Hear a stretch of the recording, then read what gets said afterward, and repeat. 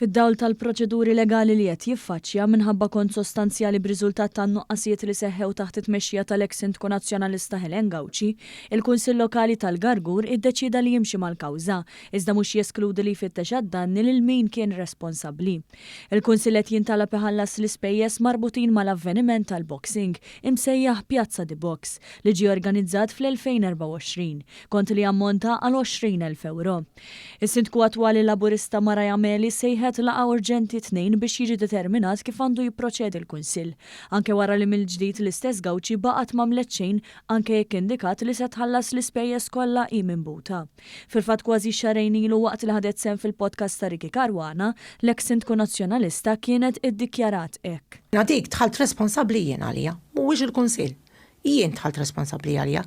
Il-Kunsill laqgħet ħareġ 1 cent u qassa joħroġ 1 cent. Dan kollu seta' jseħħ wara verifika tal-ispejjeż involuti tal-avveniment li ttella biqbil mal-eks-Sindku Nazzjonalista.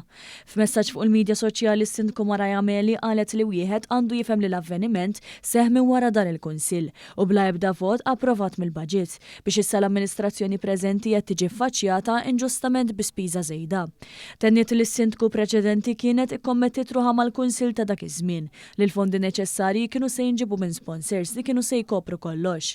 Ġara iżda li kienet biss parti mill-ispiża tal-avveniment li kienet ġiet koperta mill-sponsors. Bil-bilanċ ta' iżjed minn 20,000 euro jibqgħu mhux imħallsin biex l-organizzaturi tal-avveniment issa qed jeżiġu l-ħlas mill-Kunsill.